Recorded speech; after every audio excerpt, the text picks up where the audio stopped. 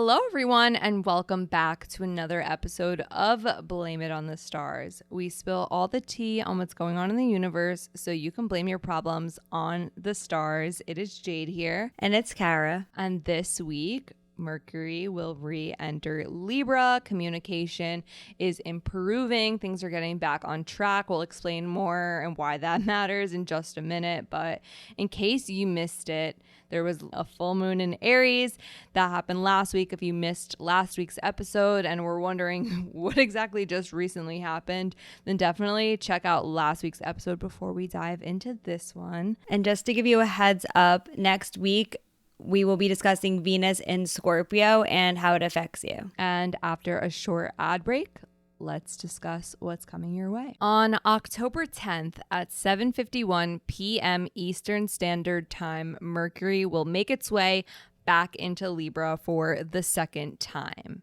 Per usual, the date and time are from the website astroseek.com. In case you need a little recap of Mercury and what happened, Mercury was already in Libra a while back, and Mercury retrograde happened. It started in the sign of Libra. We had Mercury retrograde in Libra. It went from Libra back into Virgo.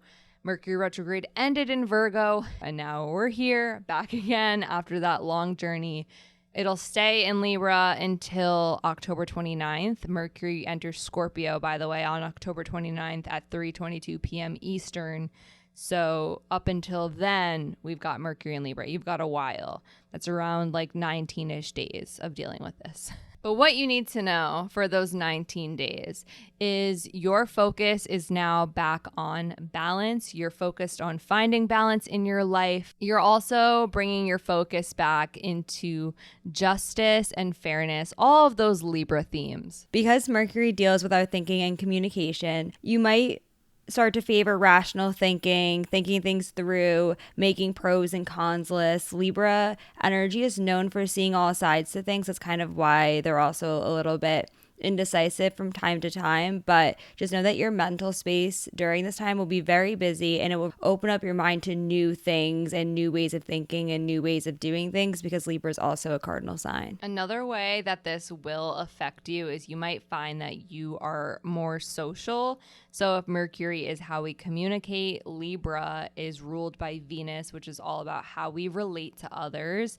When you put that two and two together, you get this energy that just wants to be more social, enjoy the company of others, talk to others, be around others, and share ideas with one another. So one of the things you're going to need to pay attention to is that you might still find that there's some lingering retrograde stuff going on.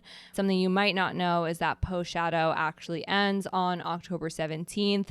So you're almost out of the woods, but not quite yet. October 17th is one of the many key dates you should just know in the back of your head, because that's when post shadow ends. And we'll talk more about some other key dates later in the episode. And just a reminder that Mercury retrograde ends on October 2nd. So from October 2nd to the 17th, we will have that post shadow phase. But once that's over, everything will be back on track in terms of our thinking and communication. So two signs that might struggle a bit with Mercury in Libra will be Cancer and Capricorn. This is because Mercury in Libra squares your placements, so you might find that communications maybe isn't running as smoothly. There's a little bit of tension going on with what you want to say versus what you actually say. It can get a little complicated for Cancer and Capricorn placements. This will also be a little bit more complicated for Aries placements, because Mercury will be opposite your placements. Oppositions bring out that push-pull tension, so you might be having some realizations or some other weird things going on with your communication even after the retrograde ends. And then for Libras, this will really heighten your desire and ability to communicate. You might be finding that you are talking a lot, wanting to be very social, or even that you're being pulled in lots of different directions with lots of new ideas during this time. Now let's talk some of the key dates you'll need to know besides October 10th and October 17th. So the first one is on October 12th. Mercury will be opposite Jupiter. Now, as we just mentioned with oppositions, it can create that push-pull dynamic.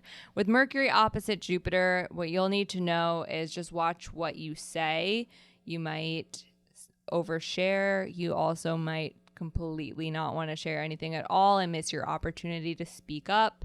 So just be mindful of what you say, how much you say, and act accordingly. And then on October 22nd, Mercury will be trine Saturn. This is a really good time to focus on the practical things going on in your life. If you are making a plan, this is a good time to think ahead, maybe start thinking about your long-term goals and figuring out what makes the most sense and what is realistic. On October 26th, Mercury will be trine Mars. This is a really good day to not only make that plan that we were just talking about, but start to take action on the things that you're thinking about doing in your life. And then on October 27th, Mercury will be square Pluto. And as we said before, squares bring about some tension. This is going to be a day that our mental spaces are very intense. We might be confronted with strong opinions and just situations where it feels like a lot. Now, I can say that Pluto is a really good time for research and investigation. So if you are interested in learning something new or getting to know someone, it can be a good time for that. It's not all dark when it comes to Pluto, but do remember that this is a square and it is one of the more challenging aspects. And then just to remind you all again, Mercury will enter Scorpio on October 29th at 3:22 p.m. Eastern. So that's when this whole Mercury and Libra transit comes to a close. But if you're curious to learn more about how Mercury and Libra affects you or anything else that's going on in astrology, then this is your reminder that we do offer readings. Readings are hosted on an app called Intro. They provide FaceTime style calls. You just select whether you want the reading with either me, Jade, or Kara, and you can choose for how long you want the reading to be. We have time intervals as short as 15 minutes to as long as an hour.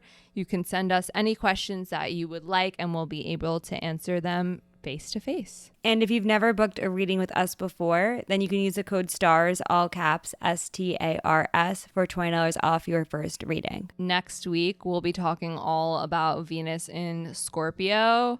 There's some challenges, so you'll want to pay attention to Venus and Scorpio, especially those key dates when we talk about them. But until then, if you want to stay in the loop with us and what is to come, then make sure you're following us on social media. We're on TikTok, Instagram, and Twitter at BLME The Stars. We're also on YouTube, posting YouTube shorts, as well as this podcast. If you search Blame It on the Stars podcast on YouTube, we would love it if you subscribed there.